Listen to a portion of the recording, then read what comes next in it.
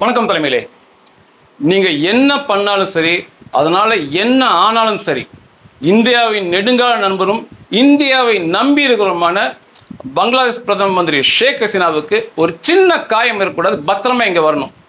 திங்கட்கிழமை பாரத பிரதமர் மோடிஜி போட்ட உத்தரவு இராணுவத்திற்கு. நீங்கள் என்ன வேணால் பண்ணிக்கங்க, அதில் என்ன விலை வந்தாலும் நம்ம பார்க்கலாம். நீங்கள் அவங்கள காப்பாற்றுங்க, நம்ம நம்பி இருந்தாங்கன்னு சொன்னாங்க. அதே நேரத்தில் அங்கே அந்த ஷேக் ஹசீனா பிரதமருக்கு எதிராக அமெரிக்கா, சீனா, பாகிஸ்தான் இந்த நாடுகளில் தூண்டுதல் நடத்தப்பட்ட போராட்டம் தான் அது.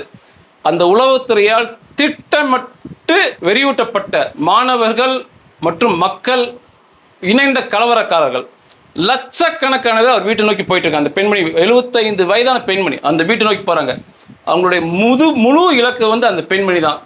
இந்தியா மட்டும் இந்த ஒரு தைரியமான ஆப்ரேஷன் பண்ணி காமிக்கல அப்படின்னா அந்த பிரதமருடைய நிலைமை நினச்சா அவங்களுக்கான நிலைமையை சொல்கிறதுக்கு வார்த்தைகளே இல்லை. அவ்வளோ ஒரு பயங்கரமான நிலைமை ஏற்பட்டிருக்கும். துணிச்சலான ஆப்ரேஷன் சொல்ல முடியும். அந்த பிரதமர் நம்பி இருந்த அந்த நாட்டு இராணுவம் கைவிட்டுருச்சு, அந்த நாட்டு போலீஸ் துறை கைவிட்டுருச்சு, சட்டங்கள் எல்லாமே கைவிட்டுருச்சு. யாருமே உதவிக்கல. அவங்களுக்கு இருந்த ஒரே நம்பிக்கை மற்றும் உதவி இந்தியா மட்டும்தான். நம்மளை நோக்கி ஏதாவது பண்ணுங்க, என்னை காப்பாற்றுன்னு கேட்டதுக்கு தான் நம்ம பிரதமர் எடுத்த முடிவு தான் அது. நம்ம ராணுவ அதிகாரிகள் முதல்ல என்ன பண்ணலாம்னு யோசித்தாங்க. நம்ம கமாண்டர்ஸ் மூலமாக அதை அதிரடி தாக்குதல் நடத்திடலாமா, இங்கேருந்து அங்கே போய் அவங்க அவங்களோட அரசாங்க அலுவலகத்துல தான் அப்போ தங்கியிருந்தாங்க. நம்ம கமாண்டர்ஸ் போய் அங்கே போய் தாக்குதல் நடத்தி அவங்க கொண்டு வந்தலாம் அப்படின்னு நினச்சாங்க. முதல் பிரச்சனை அது அந்நிய நாட்டு பிரச்சனை, அது போனால் வேற மாதிரி ஆயிரும். ரெண்டாவது அதிரடி தாக்குதல் நடத்தும் போது நேரம் இல்லை. இங்கேருந்து விமானங்கள் மூலமாக நம்ம கமாண்டர் போய் அங்கே தாக்குதல் நடத்தி கொண்டு வரும்போது அந்த பெண்மணி ரொம்ப வயதானவங்க ஏதாவது ஆயிடுச்சுன்னா அது இன்னும் பெரிய பிரச்சனையாக போயிடும். அப்போ என்ன பண்ணலாம் அப்படிங்கும்போது அங்கே இருக்க முப்படை தளபதி வக்கார ஜுமான் அப்படிம்பாங்க, அவரை கூப்பிட்டு நம்ம இராணுவ அதிகாரிகள் ஏதாவது பண்ணுங்க, ஏதாவது விமானத்தின் மூலமாக உங்கள் பிரதமரை உங்கள் எல்லைக்கிட்ட கொண்டு விட்டுருங்க, போதும், மிச்சதெல்லாம் நாங்கள் பார்த்துக்கிறோம். உங்கள் எல்லைக்கிட்ட அந்த விமானத்தில் கொண்டாங்க, மிச்சது எல்லாத்தையுமே நாங்கள் பார்த்துக்கிறோம். அப்படியும் உங்களால் முடியலையா இப்போவே சொல்லுங்கள், நாங்கள் எங்கள் இராணுவத்து மூலமாக இதை பண்ண பார்க்குற போது எந்த இராணுவ அதிகாரியுமே பிற நாட்டு இராணுவம் வரதை ஒரு கௌரவ குறைச்சலாக பார்ப்பாங்க. ரெண்டாவது பெரிய பிரச்சனை ஆகிடும். இல்லை நானே பார்த்துக்கிறேன் அவங்க எதாவது பண்ணுறேன்னு சொல்லி அந்த முப்படை தளபதி ஷேக் ஹசீனாவை கூப்பிட்டு பேசினாங்க. உங்களுக்கு நான் 45 நிமிஷம் டைம் தரேன், இராணுவ அதிகாரிகள் கொஞ்சம் பேர் தரேன், இராணுவ போக்குவரத்து விமானம் C-130J அப்படிம்பாங்க, C-130J அது ஒன்று உங்களுக்கு தரேன். 45 நிமிஷத்தில் என்ன எடுக்கணுமோ எடுத்துகிட்டு நீங்கள் இந்த நாட்டை விட்டு கிளம்பிடுங்க, என்னால் இதுதான் செய்ய முடியும் அப்படின்னாங்க. அந்த அம்மா கடைசி வரைக்கும் அங்கேயே இருக்கலாம்னு பார்த்தாங்க. நீங்கள் எதோ அடக்குங்கன்னு சொன்னாங்க அந்த கலவரத்தை. அதெல்லாம் நிச்சயமாக அடக்க முடியாது. ஒரு அதிரடி மூலமாக இல்லை ஒரு படைகள் மூலமாக அடக்கிற கூட்டம் இல்லை, அவ்வளோ பெரிய கூட்டம் ஆயிடுச்சு. அப்படி பண்ணால் மிகப்பெரிய சேதமாயிரும்.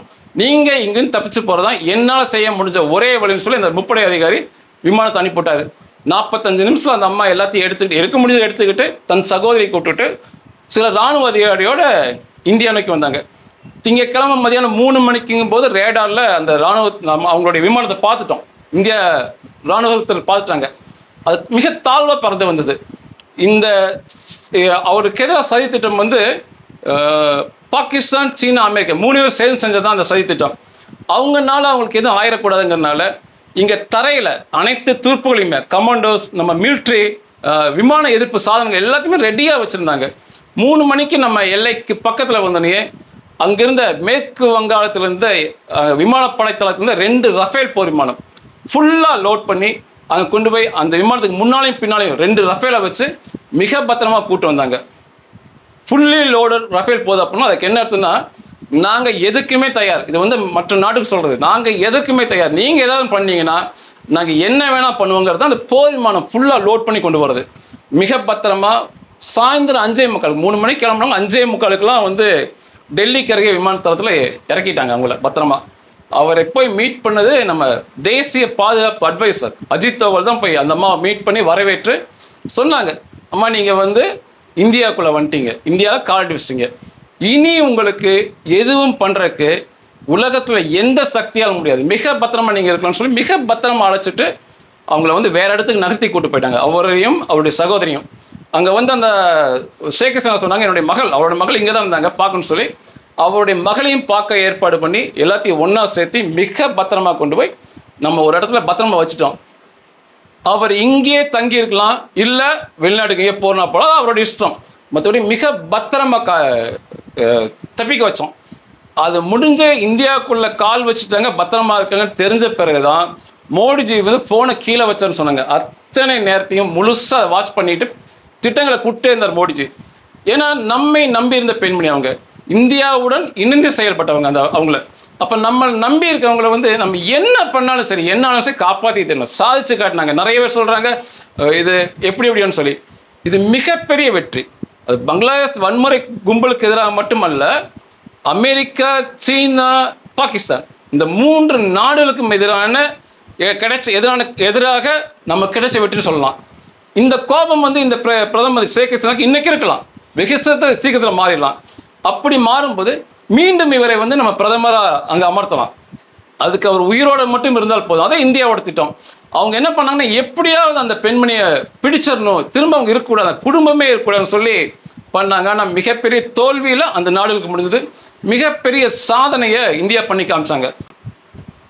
அநேகர் சொல்கிறாங்க வந்து இது வந்து ஒரு நமது உளவுத்துறைக்கு கிடைத்த தோல்வி அப்படிங்கிற மாதிரி சொல்கிறாங்க. அது பெரிய மாணவர் புரட்சி ஓகோன்னு சொல்லி பாராட்டுறாங்க. அது எதுவுமே கிடையாது. இது வந்து நமக்கு கிடைச்ச ஒரு வெற்றின்னு குறிப்பிடலாம். ஒரு 15 வருஷத்துக்கு மேலே ஒரு இஸ்லாமிய நாட்டில் ஒரு பெண்மணியை வந்து தொடர்ந்து ஆட்சி பண்ணுவது, அது இரும்பு பெண்மணின்னு சொல்லுவாங்க, ஆட்சி பண்ண வச்சது மிகப்பெரிய சாதனை.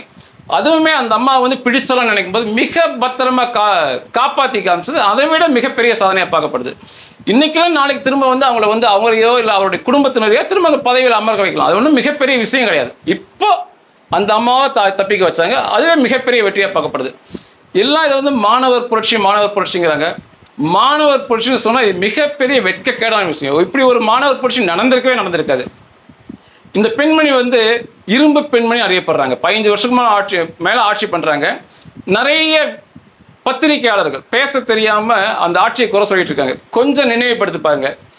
இந்த பகுதியில் வந்து பொருளாதார பிரச்சனை வந்தப்போ லங்கை, பாகிஸ்தான், ஆப்கானிஸ்தான், இப்பொழுது வந்து மாலத்தீவு பொருளாதாரம் மிகப்பெரிய பிரச்சனையில் மாட்டினாங்க. ஆனால் எந்த காலத்திலுமே இந்த பங்களாதேஷ் வந்து பொருளாதார பிரச்சனை மாட்டிக்கல.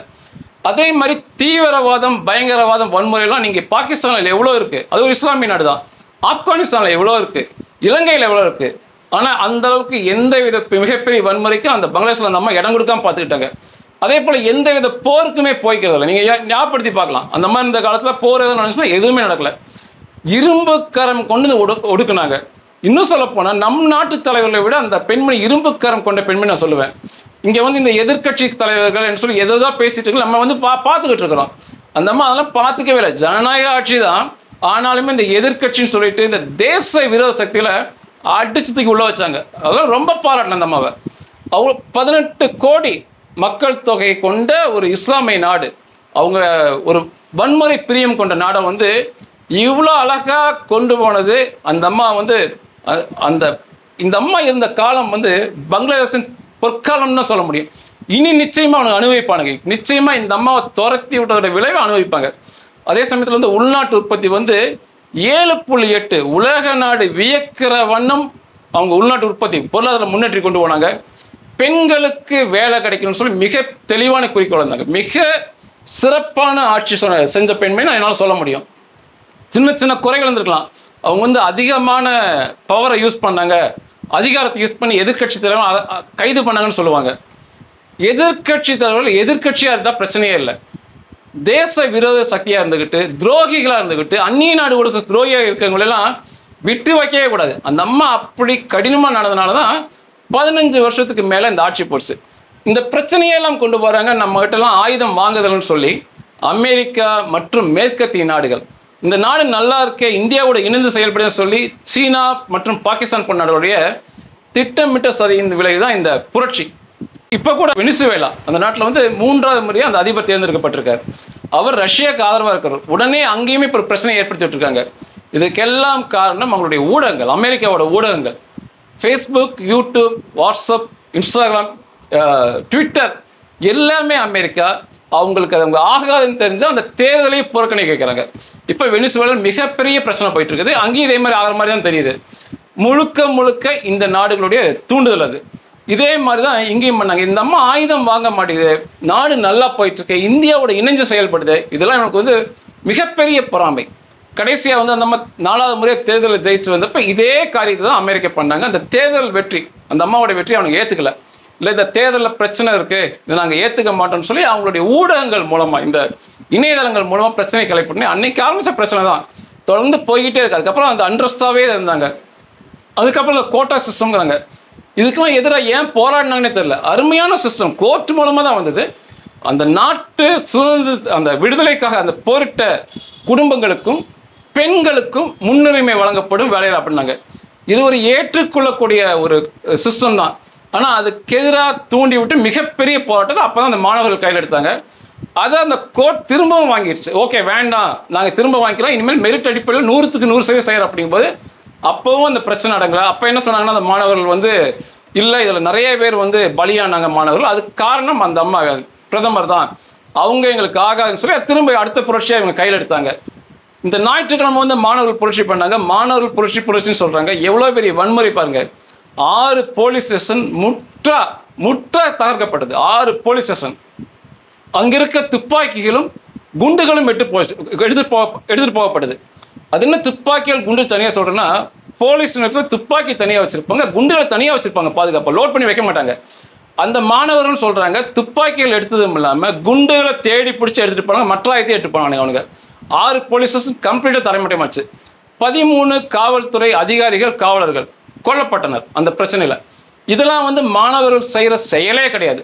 நம்மளையும் இங்கே மாணவர் புரட்சி ஒன்று ஜல்லிக்கட்டு புரட்சி தமிழ்நாடு நடந்துச்சு. எந்த ஒரு தீக்குச்சி பற்ற வச்சவங்களா, சிறிய வன்முறையில். ஆனால் இங்கே பாருங்கள், மாணவர்கள் பேர் தான். அந்நிய நாடுகள் எந்த அளவுக்கு தூண்டி விடுறாங்க பாருங்கள். இப்போது 6 போலீஸ் ஸ்டேஷன் தரைமட்டம், துப்பாக்கிகள் தோட்டாக்கள் சேர்ந்துட்டு போகிறது, 13 காவலர்கள் பலியாகிறது, இதெல்லாம் வந்து எந்த விதத்தையும் மாணவர்கள் சொல்கிறதுக்கு லாய்க்கே கிடையாது. புரட்சின்னு சொல்கிறதுக்கு லாய்க்கே கிடையாது. அவங்களுடைய கெட்ட நேரம் தான் இனிமேல் சொல்லணும்.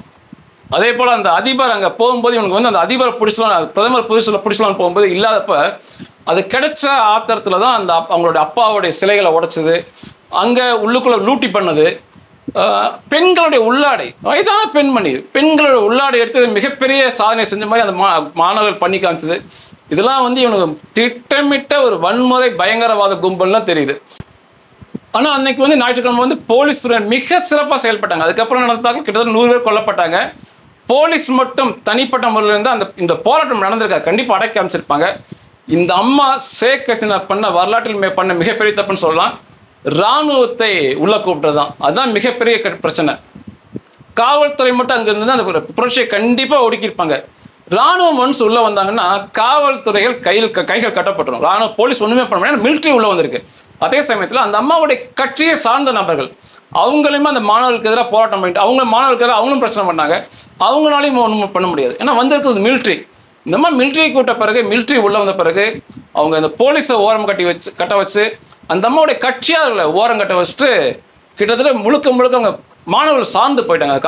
இராணுவத்தினர் நீங்கள் வந்து மாணவர் சொல்கிறதா சரி, மாணவர்கிட்ட ரொம்ப கெஞ்சிக்கிட்டு அந்த அம்மா வந்து ராஜினாமா பண்ண வச்சாங்க. அந்த இராணுவத்தினர் மட்டும் வரல அப்படின்னா காவல்துறை மட்டும் பார்த்துருந்தா இந்த புரட்சி அடக்கியிருப்பாங்க. எனிவே அந்த அம்மா வந்து பத்திரமா திரும்பி வந்துட்டாங்க. இதுக்கு முன்னால் இதே மாதிரி நிறைய தடவை நடந்திருக்கு அந்த அம்மாவுக்கு எதிராக. நிச்சயமாக குறுகிய காலகட்டத்தில் வந்து புரிஞ்சுப்பாங்க அந்த பங்களாதேஷ் மக்கள். இந்தியாவுடன் இணைந்து அந்த அம்மா செயல்பட்டது அந்த நாட்டோட பொற்காலம் நிச்சயம் புரிஞ்சுப்பாங்க. எப்போதுமே வந்து நிழலோட ஆளுமை வெயிலில் போகும்போது தெரியும், இன்னும் கொஞ்ச நாள் தெரியும். இப்போ என்ன சொல்கிறாங்கன்னா அந்த நாடு வந்து பாகிஸ்தான் போல மாறி மிக விரைவில் ஒரு மதவாத அடிப்படைவாத வன்முறை மிக்க பொருளாதாரம் நலிவுற்ற நாடாக பாகிஸ்தான் போல அவன் மாறும், அப்போ தான் அவனுக்கு புத்தி வரும் அப்படின்னு சொல்லி இப்போ நியாயமாக பேசுகிறவங்க சொல்கிறாங்க. அப்படி ஒரு புத்தி வரும்போது அவனுக்கு திரும்ப யோசிப்பாங்க, ஐயோ அந்த அம்மா நமக்கு திரும்ப வரட்டும், இந்த அமெரிக்கா சீனா பாகிஸ்தான் இந்த இதெல்லாம் நமக்கு வேண்டாம், நம்ம மீண்டும் இந்தியாவுடன் இணைந்து அந்த அம்மா வச்சு செயல்படலாம். இல்லை அந்த அம்மா ஒரு வேலை இல்லாமல் போனால் கூட அவருடைய குடும்பத்தை நபரில் வச்சு நம்ம செயல்படலாம். அந்த மக்கள் நிச்சயமாக அந்த முடிவுக்கு வருவாங்க. இது வந்து மாணவர் புரட்சின்னு சொல்கிறது ஒரு வெட்கக்கேடான விஷயம். நிறைய பேர் பேசுறீங்க மாணவர் புரட்சின்னு சொன்னாலே தப்பு. இது ஒரு திட்டமிட்ட வன்முறை கும்பல், அந்நிய நாட்டு சக்திக்கு இரையான கும்பல்னு சொல்லணும்.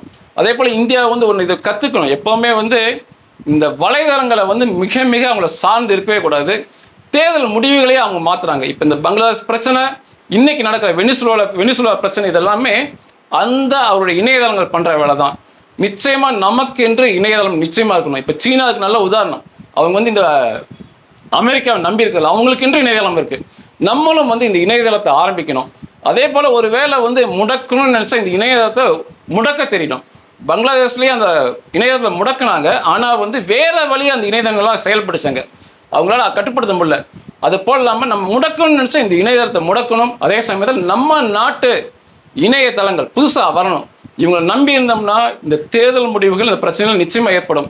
இந்த கடைசியாக மோடிஜி ஜெயிச்சப்ப கூட மிகப்பெரிய மார்ஜினில் ஜெயிக்க வேண்டியது. எல்லா கணிப்புகளும் முன்னே என்ன சொன்னாங்கன்னா 400 சீட்டு வந்துருவாங்க அப்படிங்கிற மாதிரி சொன்னாங்க. அப்படி தான் எல்லா மக்களும் நினச்சிருந்தாங்க. ஆனால் அதுக்கு குறைஞ்சது காரணமே இந்த அந்நிய சக்திகள். அந்நிய சக்தினா மிலிட்ரி மட்டும் அந்நிய சக்தி இல்லை, இதே போல் பத்திரிகை அந்நிய சக்தியுமே மிகப்பெரிய சக்தி. குறிப்பாக அந்த பிபிசி இவங்கெல்லாம் வந்து கங்கணம் கட்டி செயல்பட்டாங்க, மோடிஜி எப்படி வந்துடக்கூடாது. இந்த இந்த சீட் வந்து இவ்வளோ கம்மியானது காரணமே இந்த ஊடகங்கள் தான். இந்த ஊடகங்களுக்கு எதிராக நம்ம நிச்சயமாக ஊடகங்களை தயார் பண்ணோம். இவங்களை வேண்டான்னு சொன்னால் தைரியமாக இவங்களை முடக்கவும் நம்ம கற்றுக்கணும். ஏன்னா இது வந்து நம்ம கற்றுக் கொடுத்துருக்கு. இந்த பங்களாதேஷ் இன்னைக்கு நடந்த பங்களாதேஷ் பிரச்சனையும் நிலவில் நம்ம உயிரோட காப்பாற்றிட்டோம். அதே சமயத்தில் வெனிசுலா பிரச்சனையும் நமக்கு கற்றுக் கொடுத்துருக்கு.